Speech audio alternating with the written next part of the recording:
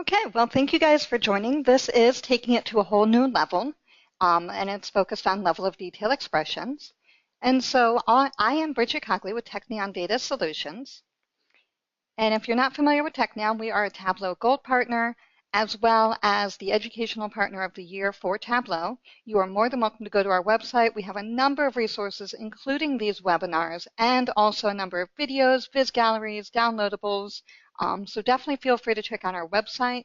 A lot of you will also probably ask if this will be recorded. Yes, it will. It will be out on our YouTube, where we not only put our webinars, but we also have additional videos as well.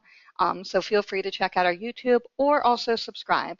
And then lastly, the workbook shown in this webinar will be available for download from my Tableau public profile. So easy way to find me is just go to Tableau public, look for me, and I'm the one with the Viz Like a Boss sign. Okay. So without any further ado, special thank you to Technion Data Solutions for hosting these.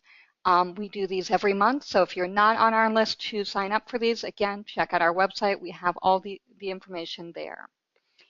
So what is level of detail? And so today we're going to discuss what they are, how they fit into the Tableau paradigm, how they're written, as well as some examples and samples.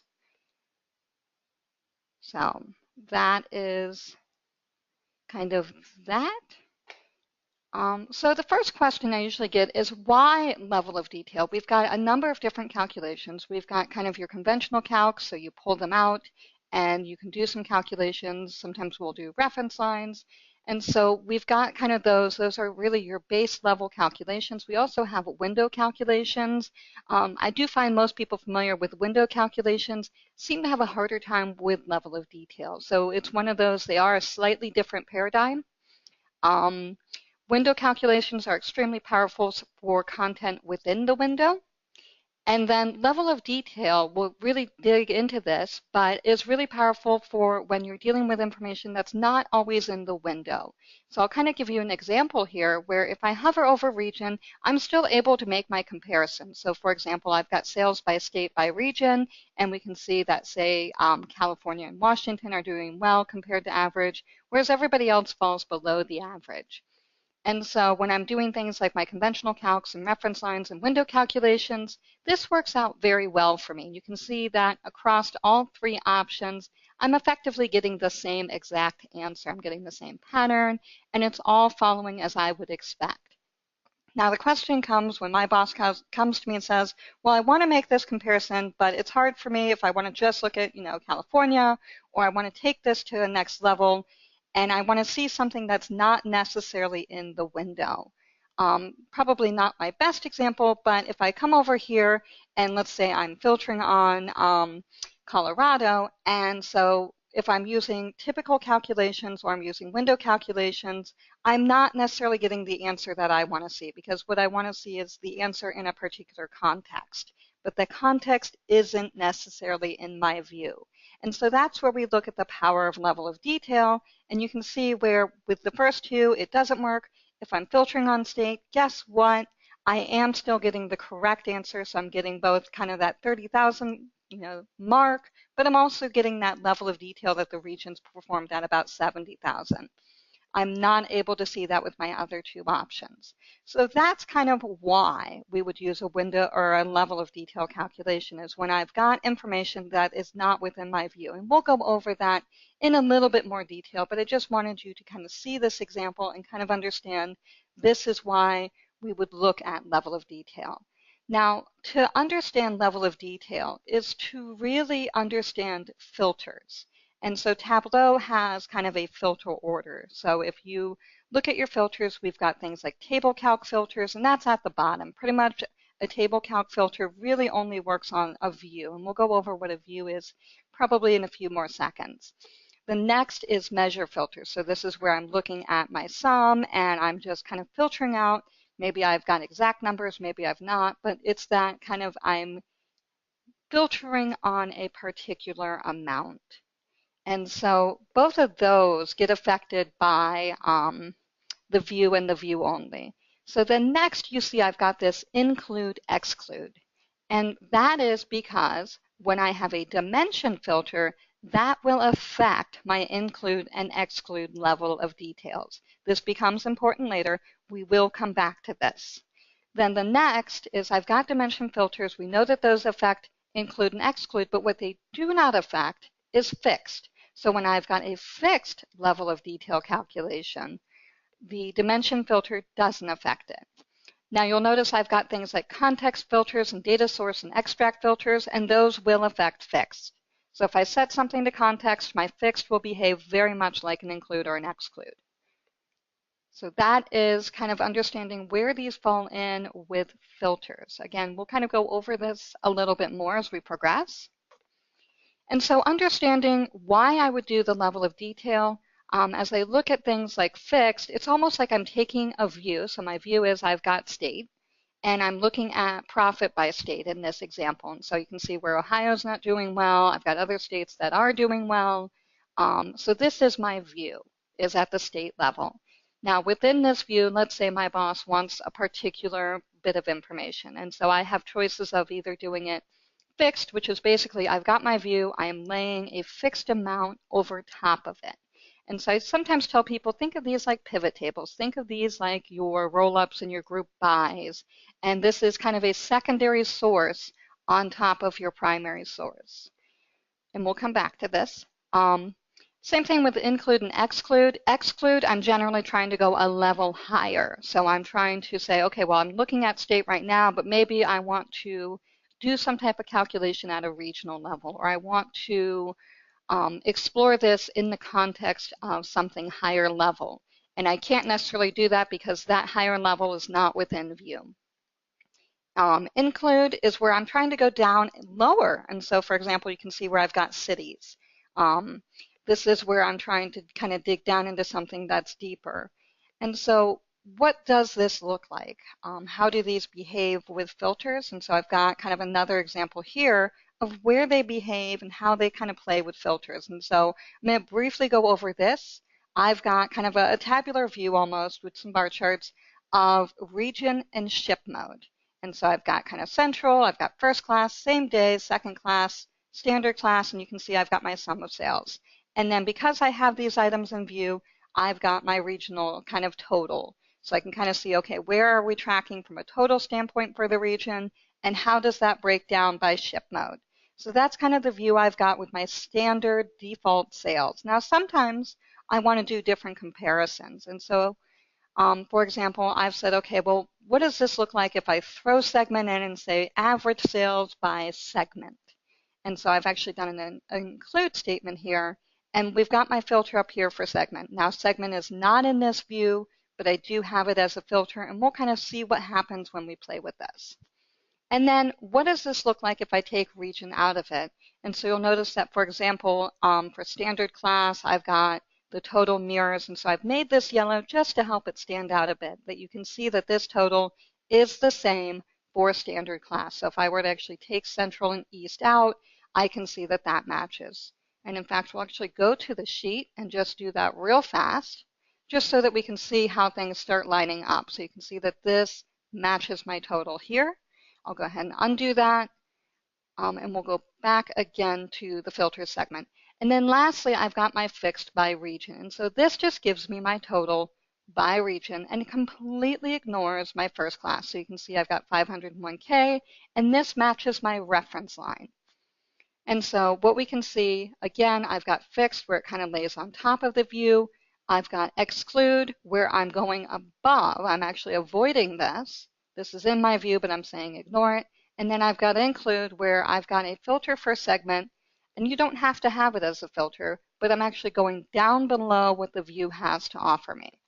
So if I go ahead and real quick just say, okay, well, let me simply look at central, we can start seeing which numbers line up and which ones don't. So again, my reference line number and my fixed region are still tallying to the total.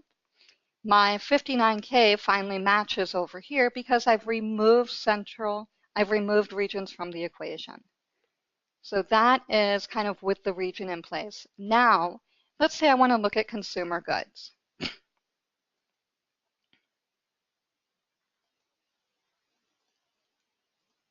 So I can see that my view changes. And so if I'm looking at where I've included the segment, Now these numbers finally match. So I can kind of see the effect and the behavior that these have. So this just gives me an idea of how level of detail plays with filters. And this really becomes important as I start building out my views and really playing with levels of details. They're, again, very much like a secondary source, but they're within my source. So they give me a lot of power. So moving on beyond this, how do we make these? There's a lot of questions around, okay, what do you do? So the first thing that you would do is you kind of signal to Tableau, hey, I'm going to make a level of detail calculation. This curly brace, you can consider this like pulling up your lightsaber and saying, okay, I'm going to work my magic now. And so this curly brace just lets Tableau, hey, I'm doing something different. I'm not doing a conventional calculation. I'm doing a level of detail calculation. From there, we put in what I would call our command. And your command can either be one of three options: fixed, exclude, or include. And from there, you would include whatever sundry of dimensions or levels that you'd want to put in this. And then lastly, again, going back to that grammar, which is why this is kind of that red color, this is that splitter. So when we think about how Tableau has a canvas, and you put your dimensions on one side, your measures on another, this is kind of that same idea where it's building that split. So if you think about pivot tables, I've got kind of things that go on the left and things that go on the right. This really splits these things. And then lastly, what I put in is my aggregation. You do need to aggregate some type of measure. So the measure can come in pre-aggregated. You can do a sum, a min, a max, or a number of other commands around a measure. And then finally, you close it out with a curly brace. You say, I'm done. Make this as a mini source within my source. And then I've got a level of detail calculation. So again, kind of remembering that fixed is going to kind of just put something on top of my view, and that my exclude is going to go above my view. So I've got my view, but I want to go above it, or include is going to say, hey, I actually want to go below my view. Now, what does this look like? And so, for example, probably one of the most common examples I've ever used, and I use this, I think, almost on every single client, is this fixed max date. And this is that you put it at the top of the report and just saying, hey, this is the last date that this was refreshed to, or this is the kind of freshness point of my data. The nice part is you can set up your basket of filters, and that stays the same provided you don't put in any context filters. So a lot of times we've done the let's fake out our data and put in that max date, and then you have an entire column listed as that date. I've seen some people do parameters as well. So that is the different ways I've seen this used. So that's probably your most basic one. And you'll notice I have fixed max date or, and then I just have curly brace max date. So if you're not specifying any dimensions, by default, if you do curly brace and then your aggregation, you don't have to actually put in the command. So Tableau's default will be fixed. Now, if you put in any dimensions, you will need to type in fixed. But this is kind of that quick shortcut. So if you're like, I've got to do max date, min date, and do kind of this report is effective from this date to this date, that is probably the most common or basic kind of example of where you would use level of detail. It's one that I use pretty much everywhere. The next one is kind of this, okay, and let's find the max sales value. Sometimes this is just to maybe call certain things out, but then you do an include just so that it gets hit by filters. So this is kind of another one. You'll also notice that within this example, you can write calculations. So you see where I've got for the month and date. And so I could even do month, date, year, date within this. So you can see how you can do the calculations on both sides. So you see where I've also continued this and said, okay, well, I only want to focus on furniture sales. Give me that. So these are kind of some examples. And we're actually going to go ahead and explore this a little bit more. Another question I get is, well, can I do these nested calculations? We've seen how we do it. One of the things I'll warn you about, you've got your command, your level, your aggregation. Now keep in mind, you can do your calculations on either side, but they do end up with different results. So the first one I've said, okay, well, fixed, I'm just going to do some if in the state of Ohio, give me a sales. And you'll notice that every single one is the sales in Ohio. If I want to do a comparison, if I want to set this to a parameter, this is a great way to go. This is kind of that one answer for everything format. Versus if I say, well, if the states of Ohio, and then if the states in Ohio, I have this true false condition. So then you see, okay, well, the state is Ohio. So now I'm getting for Ohio numbers, but then I'm getting all the other numbers. So where you put your calculation matters. So I'm either splitting by it or I'm saying, give me this only, and setting this at everything. So that's kind of that real quick example of where focus on where you're putting items. There is grammar, so I'm either slicing by it and I have a true false, or I'm restricting and saying this is true for everything. So how do we use level of details?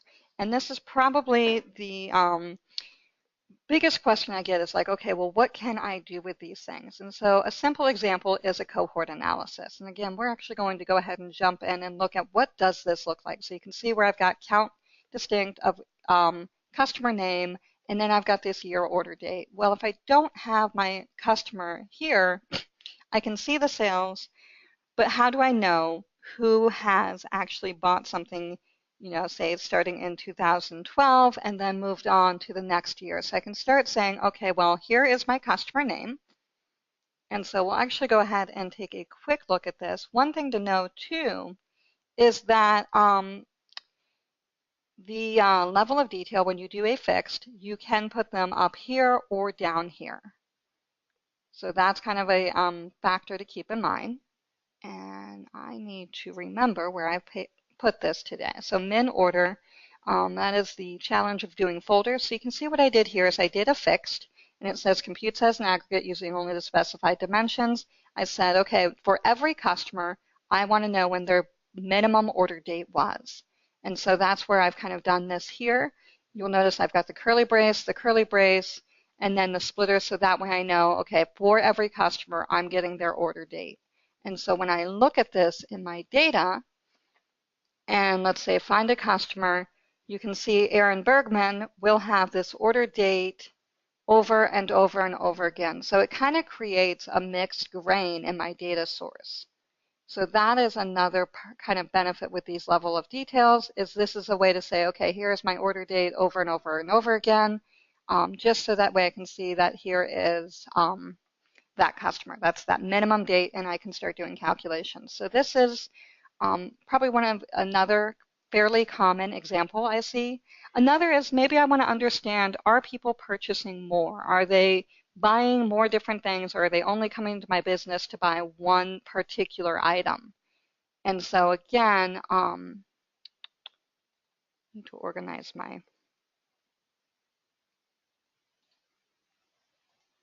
I've got category by customer, and what I've said with this one is include. And I've got customer name, and then I'm counting the distinct categories. This may or may not be the best analysis, but what I'm just trying to understand is how diverse are my customers as far as what they're purchasing? Are they only coming to my store for one particular category, or are they buying numerous things? The include means that if I stick a filter on this, my answer will change. And so if I say, okay, maybe I want to look at location or an order date, I'm going to see this change. Versus if I did fixed, the answer is not going to change.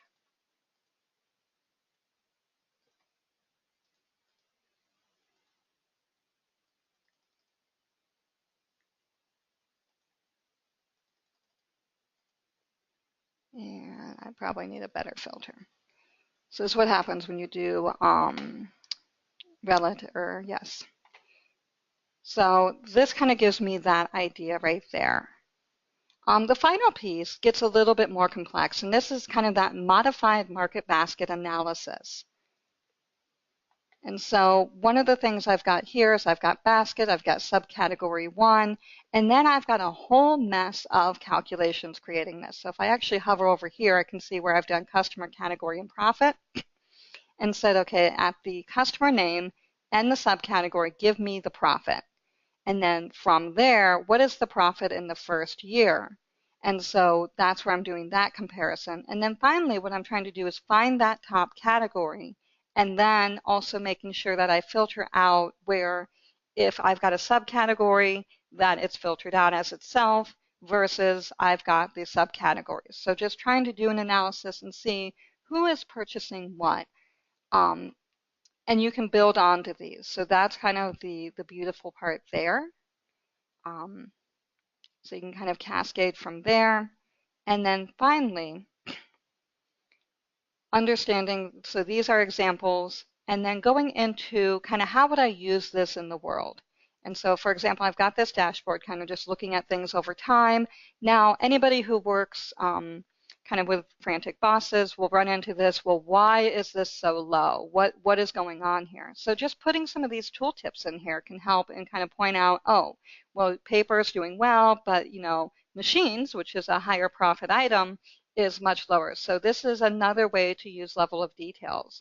And so the ways to do that, again, these are nested. So there's lots of different ones that are nested through here to make this work. And you can kind of see this just shown in through here. And so we've got loss leader amount. And so what I'm doing is saying at each state, just give me the minimum profit. And so that just pulls that one item out. And then from there, I'm going to start picking each individual one and just doing some comparisons. So what I'm trying to do is I've got that profit leader amount, and then just looking at that subcategory and comparing it and giving the categories. So you can see how you can nest these. One thing to note is that if you're going to start trying to build the text parts to put in here, they do need to be fixed. So that way it allows you to bring them up to the top as labels. Otherwise, they're going to be down here. It's going to be a little bit complicated. So fixed lets you kind of bypass where you need certain things formatted a certain way. Let me see. So one other thing, again, you can kind of see where I've got my cohorts analysis in here, and just kind of extending the views and letting people see different things. So that's really where level of detail is quite helpful. As you start building these, probably the other thing that's extraordinarily helpful is to kind of build the view that you want. So you can kind of say, okay, well, I want this to be by region, by estate. These are kind of how I want them to look.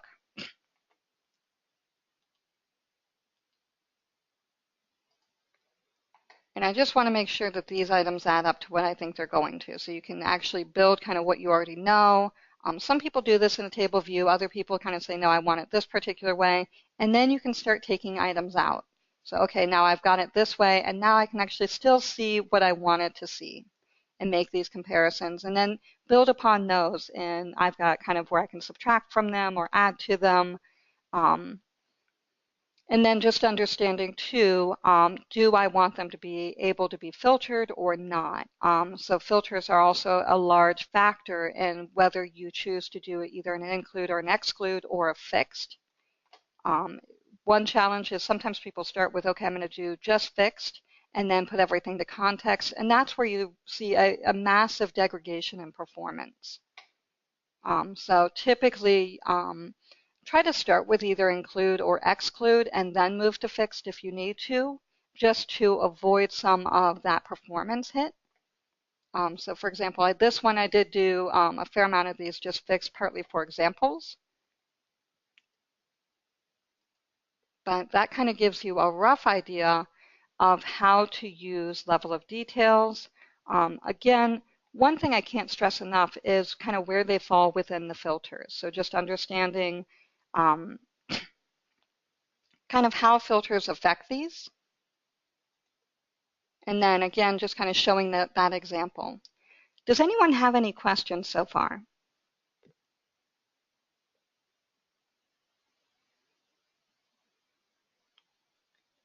Okay, so I've got a question about how does level of detail affect performance. I will say that prior to version 10, they've had a pretty significant impact on performance. As we've progressed into later and later versions of 10, I would say they're fairly on par with the window calculation. So If you use a lot of them, and especially if you're using a lot of fixed with context filters, you may start to see some performance there. The other thing is, too, if you're doing a lot of high cardinality analysis, so if I were to say, okay, well, every product name and turn that into a level of detail, that's where you're going to start seeing a little bit of a hit. So again, that's kind of where you think of these as a source within a source. So for anybody who's familiar with Excel, I kind of say think of these like pivot tables. People with SQL kind of think of these like temp tables, that you're making all these temp tables. So depending on how detailed they are is really where you're going to see, does it affect performance? And then also where does it fit into the analysis? I would say probably with client work, I probably use at least one or two every time, and then I end up probably using 3 or 4 more here and there, depending on the types of analyses I'm doing. Does that answer your question?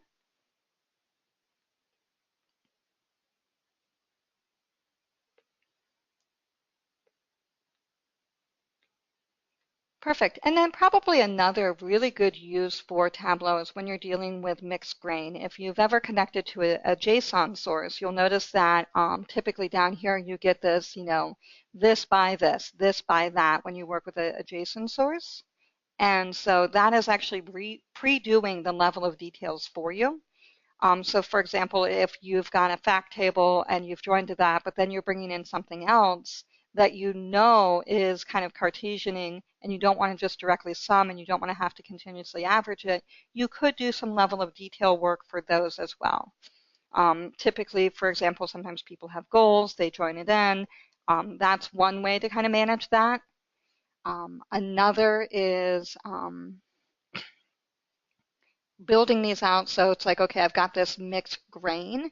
And so let's say I've got probably a recent example would be I've got, classes, I've got multiple teachers teaching these classes, I've got numerous students teach in these classes, and then I've got numerous iterations of these classes. And so I have this all in one big monster data source. And so part of this is I can actually start doing either level of detail to smooth this out, I can do count D. There's different ways to kind of do these. So they're really good for um, managing messy data. Again, be careful because you can go down the rabbit hole of creating monsters. So it's definitely a balance, but they can be used to overcome. Another use is sometimes where normally you would do a set. And so some of that set functionality can also be used by Tableau's level of detail. So you can say, okay, well, I'm making this mini source within a source. So instead of, say, a particular set that I would make in out, I can do maybe a little bit richer of a kind of 3 category or 4 category item and then average on that. So those are some examples of kind of where I've used them. A good question also is, when do I know when to use a regular calculation, a table calculation, or a level of detail?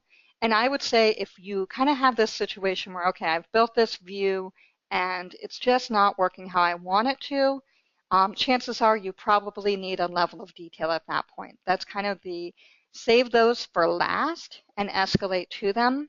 So if you've tried window calculations and you've tried regular calculations and neither of those are working, it's probably a good time to consider level of detail. And then think about, okay, what am I trying to do? What is the answer I'm trying to find? And building that view.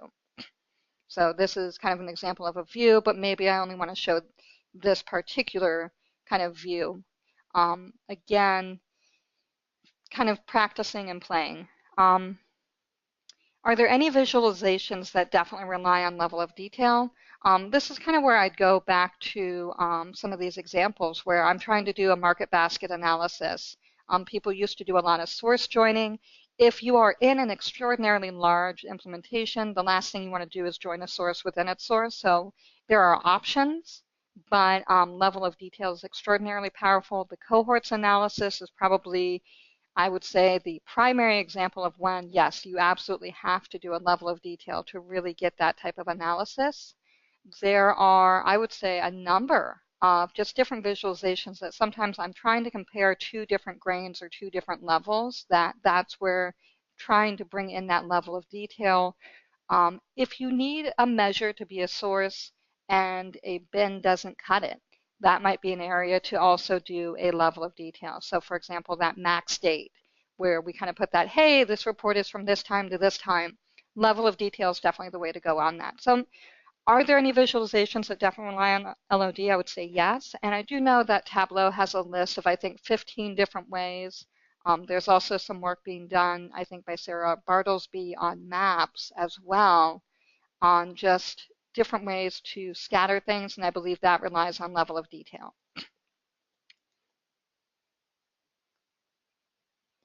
Perfect. Any other questions in regards to level of detail? So I've got kind of this version of the presentation.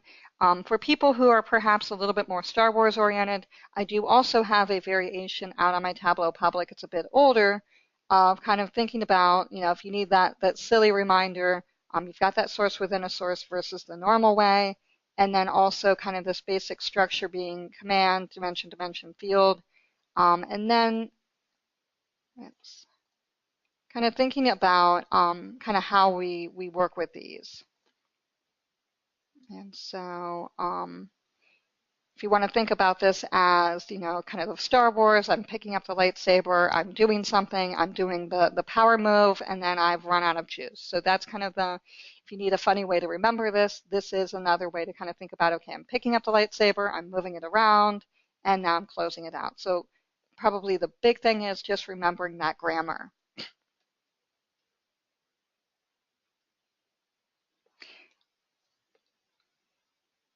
Okay.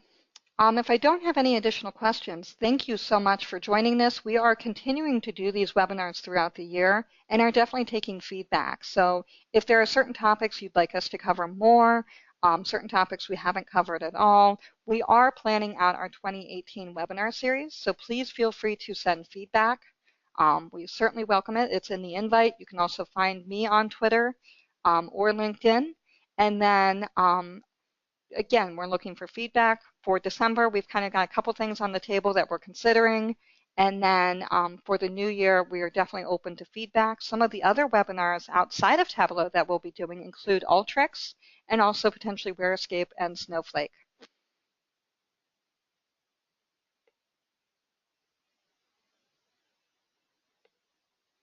Okay, well, if I don't have any questions, again, this has been recorded.